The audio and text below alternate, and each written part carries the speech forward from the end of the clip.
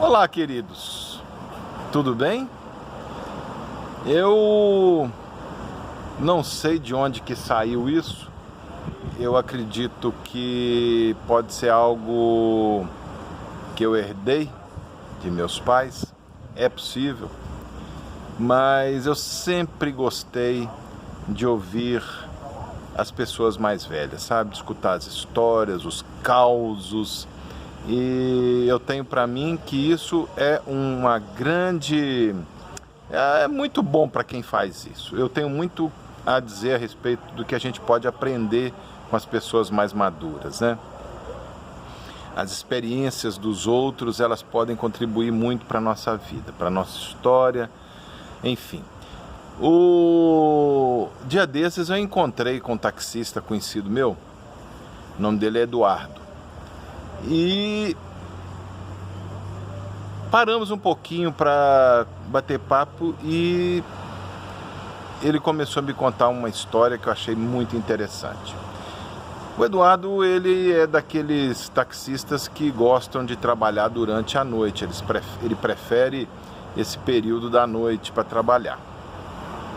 Então ele me contou que em uma certa ocasião ele estava no ponto do táxi e de repente o telefone toca e ele vai atender. É uma chamada para uma região mais afastada da cidade, um subúrbio, e era por volta de 2h30 da manhã e ele se dirige então para atender aquela chamada. Pegou o endereço, tudo direitinho, dentro do protocolo ali e foi.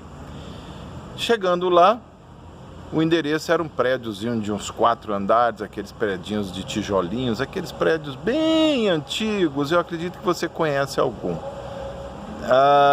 desse tipo. E tudo apagado, apenas uma luz acesa, e era exatamente no apartamento que tinham chamado. Ele tocou uma vez, tocou duas, nada, tocou 3, nada.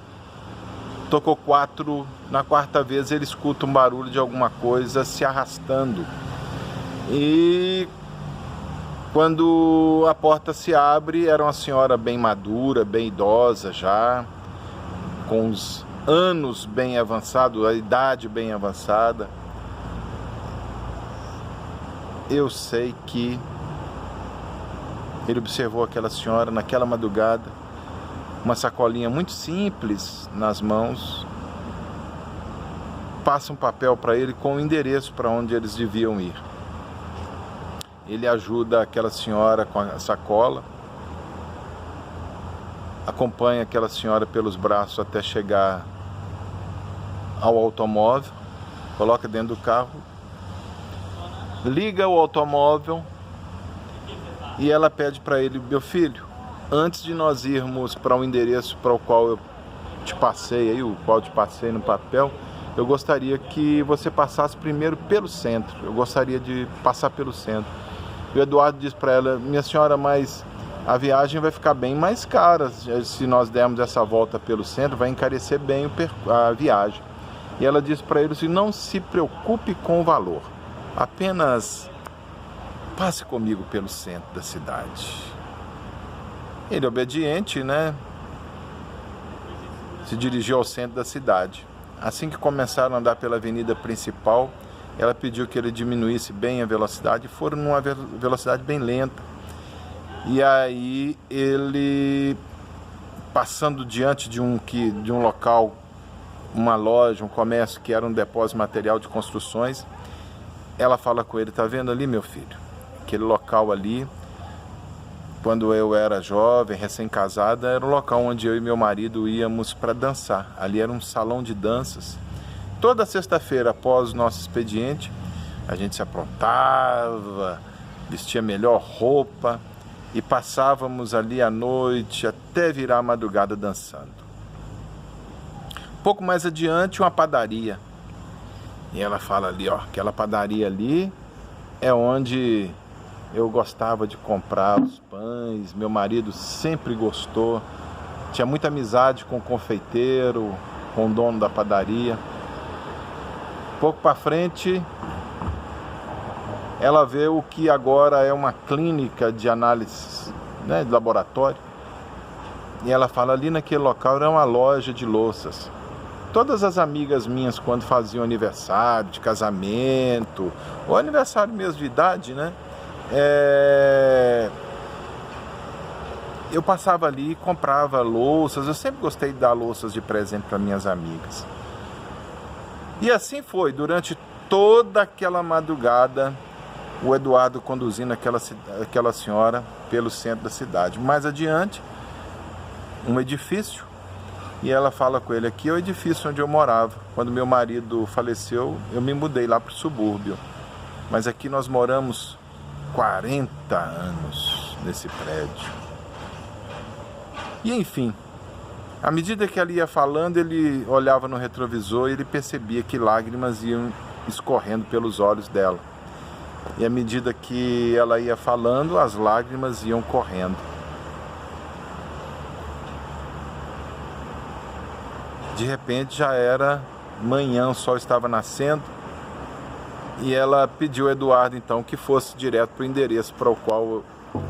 do destino, né? Destino. Chegando lá, ele para na frente daquele endereço. Era uma casa de repouso, um abrigo para idosos. Muito bem, uma fachada bonita. Nisso, saem de lá dois rapazes muito bem alinhados, bem trajados, roupinha branca, tudo certinho. E já vem chamando ela pelo nome. Ô, fulana, que bom que a senhora chegou e tal. Parecia que eles já estavam esperando por ela, que ela devia ter um horário já marcado para chegar ali naquele dia. Eles ajudam ela com a sacola, com as coisas. E eu acompanho até lá dentro da casa de repouso, vou com ela. E chegando lá, ela me pergunta quanto foi o meu trabalho. Eu disse, não foi nada. E ela espantada disse, como assim não foi nada? Como? Você precisa receber seu pagamento, você precisa viver, você tem conta para pagar, família para criar, etc. Não, não foi nada. Meu filho, não faça isso. Você foi tão gentil, você me atendeu tão bem, me escutou, foi tão sensível. O que eu fiz é o que eu gostaria que qualquer pessoa fizesse com a minha mãe. Simples assim. Então a senhora não tem nada que me pagar. Feito isso, ela pergunta para ele, eu posso te dar um abraço? Ele pode. Ela lhe deu um abraço e foi além, lhe deu um beijo na face. Que ele mexeu muito com o Eduardo, despediu dela e dos demais e foi embora.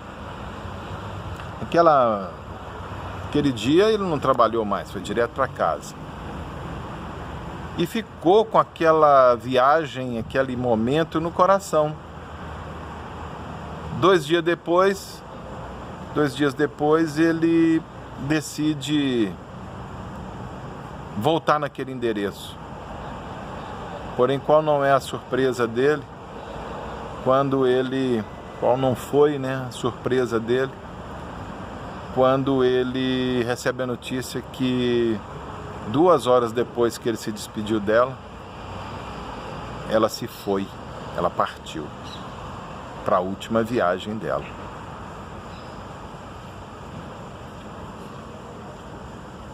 E Eduardo pensou, meu Deus, se eu não tivesse tido a paciência de tocar a campainha 2, 3, 4 vezes, porque muitas vezes na pressa, na correria, querendo já ganhar o pão de cada dia, muitas vezes meus colegas tocariam a campainha 1 vez, 2 e iriam embora, partia para outra. E se eu não tivesse dado a ela a oportunidade de falar tudo o que ela queria, de fazer aquele percurso pelo centro, para ela ter as últimas recordações dela, se eu não tivesse escutado toda a história dela, com paciência, com tranquilidade,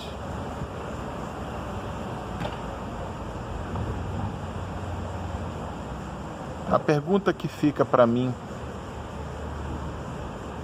para você é: nós temos tempo ou nos damos a oportunidade de escutar a história dos outros? Ou nós só queremos contar as nossas histórias? Que é muito comum, não é? As pessoas têm tanta pressa que não tem tempo de dar ouvidos ao outro, de escutar o outro, de perceber o outro. E muitas vezes acontece dentro da própria casa. Maridos que não escutam esposas, esposas que não escutam os maridos, pais que não escutam filhos, filhos que não escutam os pais.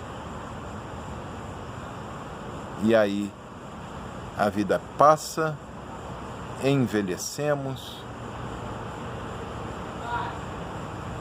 E aí?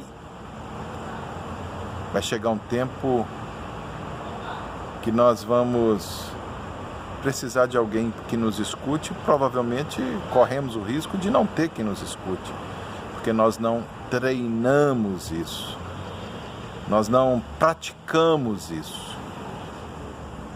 Fica aí para mim e para você a dica.